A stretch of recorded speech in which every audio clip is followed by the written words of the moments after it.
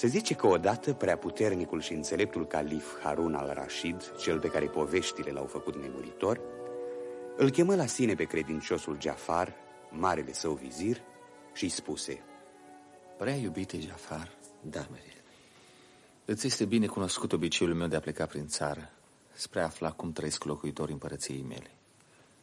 Doar m-ai însoțit de atâtea ori. Un obicei foarte înțelept, înălțimea ta, pe care ar trebui să-l aibă toți stăpânitorii de popoare. De asta dată, bunul meu Jafar, voi pleca de unul singur, îmbrăcat ca un om de rând. Am să lipsesc poate mai multe zile. În această vreme îți las în seamă toate treburile împărăției. Fie după voia strălucirii tale, mărite și înțelepte stăpâne. Veghează cum știi mai bine, Jafar, și orice mi s-ar întâmpla, nu te amesteca până nu primești încuvințarea mea. Am înțeles, înălțimea ta.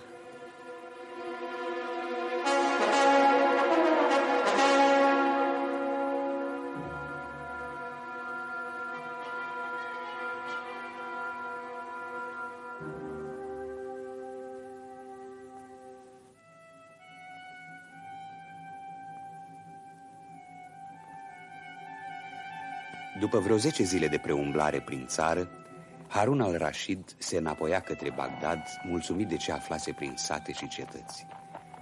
Mergea la pas domol, călare pe un cal țărănesc, cu oșa obișnuită. În călătoria sa, califul, îmbrăcat ca un simplu neguțător, își hrănise și își adăpostise singur calul. Credinciosul animal se împrietenise cu el și îl iubea cum nu se poate mai mult.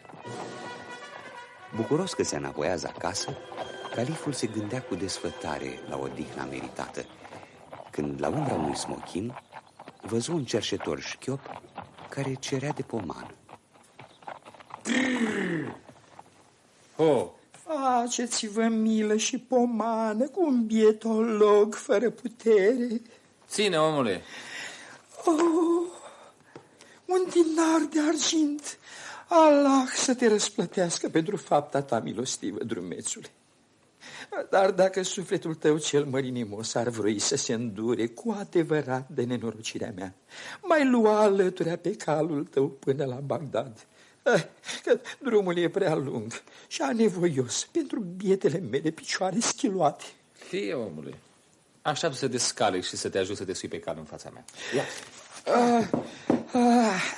Hai. Mulțumesc. Stai bine? Da, cât se poate de bine. Allah să te răsplătească, drumețul. Acum ține frâul să mă sui și eu. Hai, așa. Hai, căluțule. Hai. Îți mulțumesc din suflet, drumețule, pentru marea bunătate ce mi-ai arătat. Ei, lasă. Nu știu cum voi putea să-ți răsplătesc atâta bunăvoință. Să te rogi pentru mine. Atâta să cer. Voi face-o toată viața câtă îmi va mai fi hărăsit.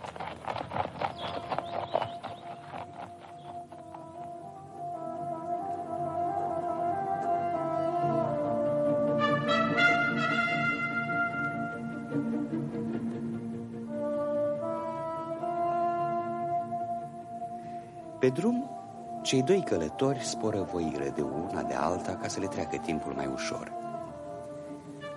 Cerșetorului nici prin cap nu-i trecea că la spatele lui se afla preaputernicul calif Harun al-Rashid. Cum ar fi putut oare să se gândească la una ca asta? Călătoria noastră se apropie de sfârșit. Iată că se vede poarta dinspre apusa Bagdadului. Ce frumos strălucesc minaretele moscheiului în scăpătatul soarelui. Și cerul parcă e zugrăvit cu aur. Da, e frumos, într-adevăr. Dar mie nu mi-arde să mă bucur de asemenea priveliști. Da, poate că ai dreptate. Cu beteșugul de care suferi.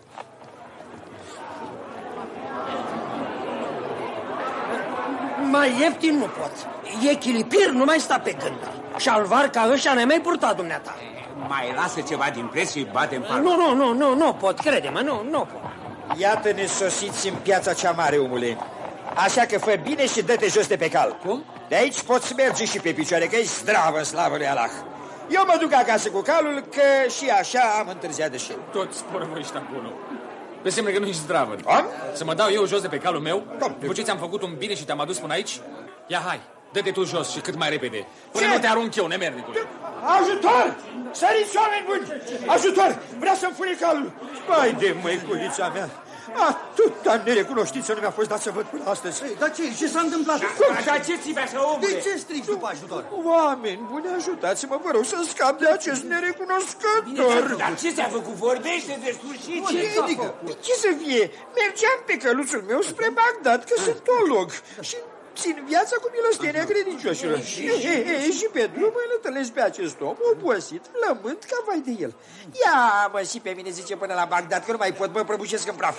Și mi s-a făcut milă de el, că de felul meu sunt tare milos. Și l-am luat înapoi a mea, pe cal. Iar acum când se coboare, ce credeți, fraților? Vrea să-mi ia calul, să mă lase nenorocit pe drumuri. Dar nici pomeneară de așa ceva, oameni buni. Calul e al meu. Și tot ce vă spune acest nemernic sunt minciuni sfruntate. El minte, oameni buni. Vrea să-mi ia calul. Dar calul e al meu, înțelegeți odată? Auziți, oameni buni, auziți, ce să mă fac?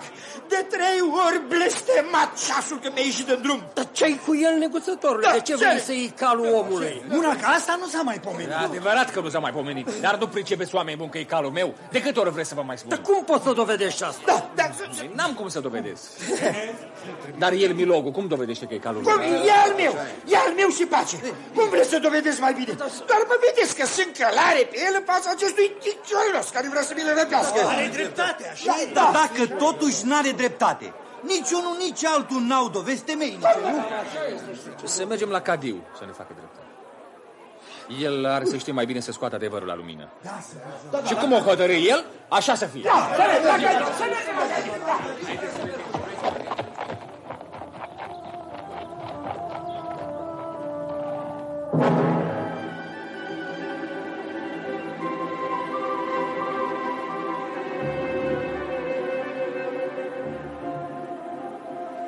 Și cei 2 pricinași, strălucitul calif Harun al-Rashid și cerșetorul cel șchiop, au fost duși cu mare zarvă de către locuitorii Bagdadului la casa de judecată. Cadiul, un bătrân arătos cu barba mare, albă și cu un turban roșu, le spuse cu blândețe să aștepte liniștiți, întrucât înaintea lor mai erau 2 pricini de judecat.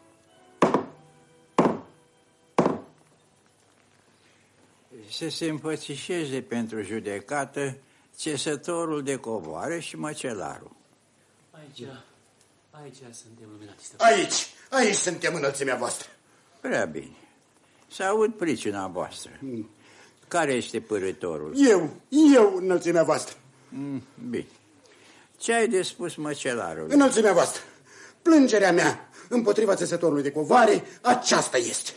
M-am tocmit cu țesătorul, aci de față, să-mi țeasă un covor frumos, cu fire roșii ca mărgeanul, verzi ca smaragdul și galbene ca aurul. Mi l-a țesut. L-am luat cu mare bucurie, fiindcă e drept, e frumos. Țesut cu mare grijă, cu înflorituri alese și cu... Lasă asta. Spune-mi, de ce te plângi? Da.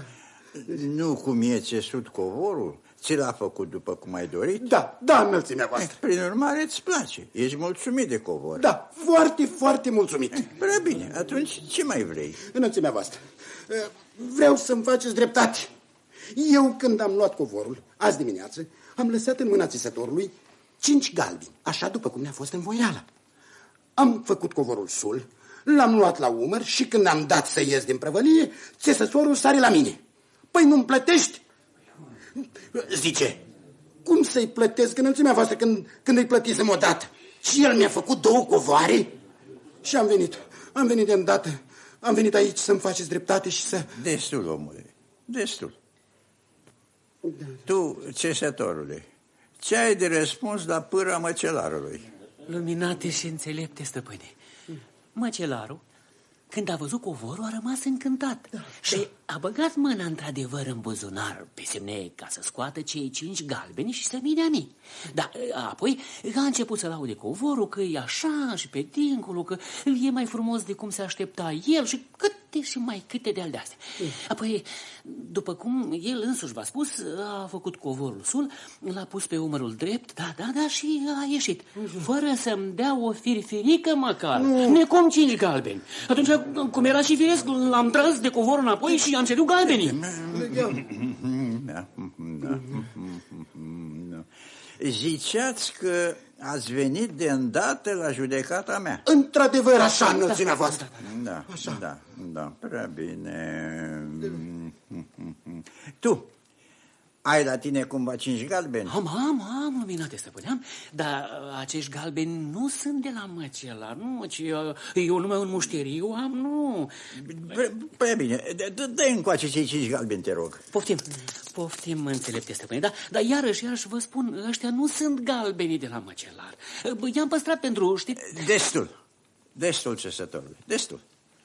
Puteți pleca acum. Și să veniți să vă spun ce am hotărât mâine, înainte de căderea serii. Am înțeles. Am înțeles. Așa. Să vină la rând scriitorul de jalbe și brutarul. Aici sunt, luminăția ta. Aici sunt înălțate, stăpâne. Prea bine. Să aud pricina voastră.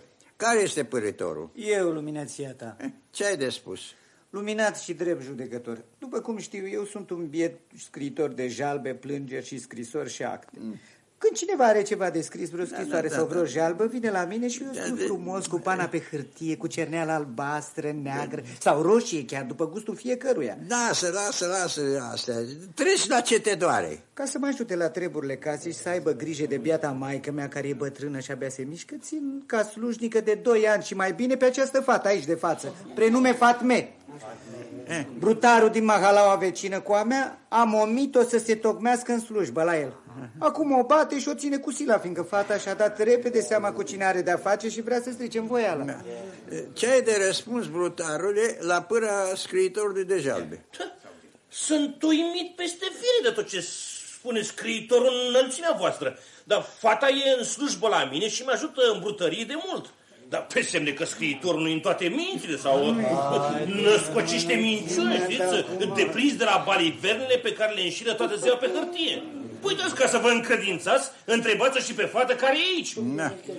Răspunde, Fatme, pe cine știi tu de stăpân? Brutarul este stăpânul meu de vreme îndelungată. Pe scriitor nici nu l-am văzut până acum. Nu știu ce să cred. Mint amândoi prea luminate, Cadiu. Fete, este frică de brutar, a amenințat-o cu omoară în bătaie. Da. Aha, prea bine, sunt luminat. Fatme, tu ai să rămâi aici până mâine. Iar voi să veniți tot mâine, înainte de apusul soarelui, să vă spun ce am hotărât. Hai.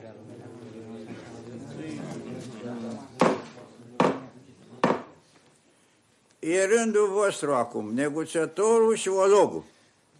Ce pricină v-a adus aici? Prea luminate și înțelepte judecători, veneam la pas călare pe căluțul meu în drum spre Bagdad. Când îl întâlni pe acest hoțoman, nu l-ar mai răbda Allah să facă umbră pământului. Vorbește cuvincios. Da, până când nu-mi rostesc hotărârea, nimeni nu poate fi numit hoțoman. Da. Spune pe scurt ce ai de spus. Acest om pe care îl vedeți, prea luminate, s-a milogit de mine să-l iau călare până la Bagdad, că este istovit de drum și de foame. L-am urcat pe cal în spatele meu și când am sosit în piața de lângă moscheea cea mare, a vrut să mă dea jos și să-mi ia calul. Ce ai de spus la această pâră, neguțătorule? Înțelepte, Cadiu. Lucrurile stau cu totul altfel de cum le-a înfățișat părâtorul meu. Eu veneam călare spre Bagdad. L-am întâlnit sub un smochin, mi-a cerut pomană, i-am dat un dinar. Și apoi m-a rugat să le iau pe cal până la cetate, că îmi dor picioarele și este beteag. L-am luat și când am ajuns în piață mi-a poruncit cu glas aspru să mă dau jos, că el se duce acasă cu calul, fiind grăbit. Am rămas ca trăznit, înțelepte, Cadiu. Apoi a făcut o larmă de s-a adunat toată lumea, buluc, în jurul nostru. Unde este calul cu pricina? E afară, priponit de un pom lângă poartă. Da. Prea bine. Duceți calul la mine în grajdi, iar voi să veniți mâine, înainte de apusul soarelui, ca să vă spun ce am hotărât. Bun, prea înălțat.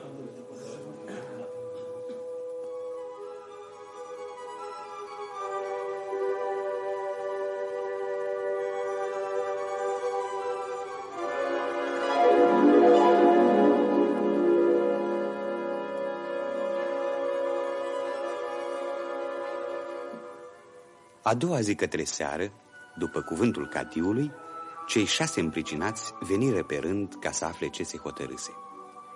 Cadiul îi aștepta în aceeași încăpere, așezat pe jilțul său, acoperit cu catifea roșie. Își drese glasul și rosti răspicat: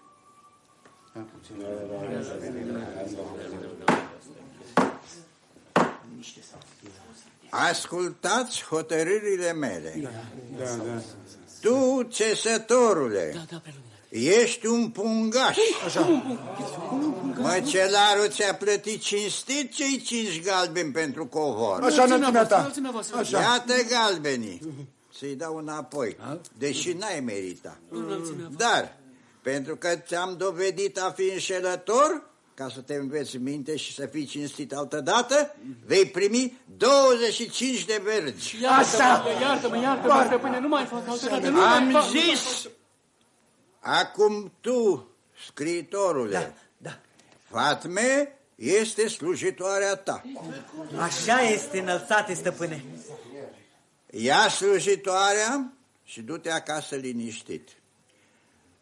Iar brutarului să-i se tragă 50 de vergi la spate. Iertare, stăpâne, iertare! Nimic! Iar dacă nu te potolești și vei căuta să te răzbuni pe scriitor sau pe Fatme, bagă bine la cap ce-ți spun. Te trimit la temniță pe un an întreg, ca să te răcorești și să te limpezești la cap, așa cum ar trebui. Hai, plecați acum. Slujitor, ai grijă de cei 2 înșelători să-și primească pedeapsa. Prea bine, stăpâne. Așa. Acum, neguțătorul și ologul. Da, prea strălucite și înțelepte stăpâne. Lipsește din ochii mei, nerușinatule și nenorocitule. Cinstite negustor. Da, înălțime. Calul este al tău. Așa e, înălțime. Iar tu, olog păcătos, fiindcă ai vrut să înșeli, vei fi plimbat călare cu fața la spate prin tot Bagdadul, ca să te cunoască lumea și să te ocolească, fără să mai fie milă de beteșugul tău. De bătaie care ți se cuvinea pe deplin, scapi, fiindcă ești olog. Altminteri... N-are niciun beteșug, înțelepte Cadiu. L-am urmărit pe când venea la judecată astăzi înaintea mea. Mergea drept ca toți drepții. Abia la colțul străzii și-a prefăcut mersul. Aha, vrea să zic că te prefaci schilot ca să-i stilești pe oameni să le fie milă de tine și să-ți dea pomană. De 2 ori înșelător, slujitor. Poruncă. Să-i se tragă și acestui păcătos 50 de verzi tari la spate, ca să-i fie minte la cap. Iertare, stăpâne, iertare! Dacă mai scoți o vorbă, îți îndoiesc pedeapsa. Afară! Hai, afară! Ai rămas cinstite, neguțător. Cu ce-ți pot fi de folos? Prea bunule, Cadiu, iartă-mă că-ți mai răpesc încă puțin din timpul tău atât de prețios. Te ascult. Sunt pe deplin încredințat că ai judecat cum nu se poate mai înțelepțește și că ai dat dreptate așa cum se cuvenea acelora ce o meritau într-adevăr. Dacă însă mă socotești demn de încrederea ta, spune-mi, rogu-te din suflet, cum ai ajuns să afli adevărul? De unde ai știut că măcelarul i-a dat cei 5 galbeni țesătorului? Îmi dau seama că ești un om deosebit și spun cu plăcere. Ieri seară am pus cei 5 galbeni într-un pahar cu apă curată. Azi de dimineață pluteau la suprafața apei ochiuri mici de grăsime.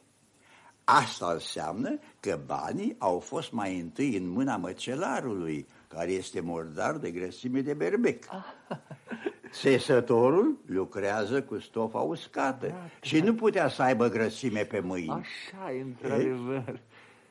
Da, Cum de ai dat-o pe Fatme, scriitorului de jalbe? Pe câte vreme ea însă și-a mărturisit că îl slujește pe brutar și încă de mult timp. Aseară, voind să scriu ceva, am găsit cerneala uscată în călimară, de prea mare căldură. Atunci am chemat-o pe Fatme și i-am spus: iată, cerneala s-a uscat, vezi de călimară, te rog. Da. Ea a luat călimara cu multă bunăcuvință, a turnat câteva picături de apă în cerneală, cu băgare de seamă să nu se verse, a luat un bețigaș și a amestecat bine. Apoi mi-a adus călimara și mi-a pus-o pe masă ușor, fără să scoată o vorbă. Așa. În felul acesta mi-am dat seama că l-a slujit timp îndelungat pe scriitor. Avea multă îndemânare în treaba asta. Brutarului putea să-i facă cocă de lipit, nici de cum să-i potrivească cerneala, că-și nu scrie. Și asta e adevărat. Dar cu calul meu. Apoi aceasta a fost mai ușor decât toate celelalte. Și iată cum. De ieri, de când am luat calul la mine, nu i-am dat nici să mănânce, nici să bea. Așa? Astăzi, înainte de a sosi voi la judecată, l-am priponit lângă ușe, în așa fel ca să-i vadă pe toți cei care vor veni. Iar eu m-am pus la pândă. Și ce ai văzut? Când a trecut cerșetorul, calul nici nu s-a închisit de el. Dar când ai trecut tu, a tresărit, a ciulit urechile și și-a umflat nările și a nechezat ușor, a început să bată cu copita în pământ și a întors capul după tine, ca după un vechi și bun prieten. Așa mi-am dat seama că tu ești adevăratul lui stăpân. Îți mulțumesc din inimă pentru toate aceste lămuriri. Am avut într-adevăr ce învăța de la tine. Această învățătură îmi va fi de folos toată viața. Cu toate că îmi pare rău, am să te răpesc în mijlocul celor pe care îi judeci. Să mă răpești, zici? Da. Da, cu toate că îmi pare rău, te voi lua ca să stai alături de mine și să mă sfătuiești cu aceeași înțelepciune în pricine ce le am eu de judecat și care au de 100 de ori mai multă însemnătate. Stăpâne, abia acum îmi dau seama că l-am judecat pe strălucitul stăpân al tuturor credincioșilor, pe califul Harun al-Rashid. Nu. Tu ai judecat pe un neguțător oarecare, dar vei fi de acum înainte sfetnicul meu de cinste, ajutându-mă să judec și eu cu aceeași înțelepciune cu care ai judecat tu astăzi.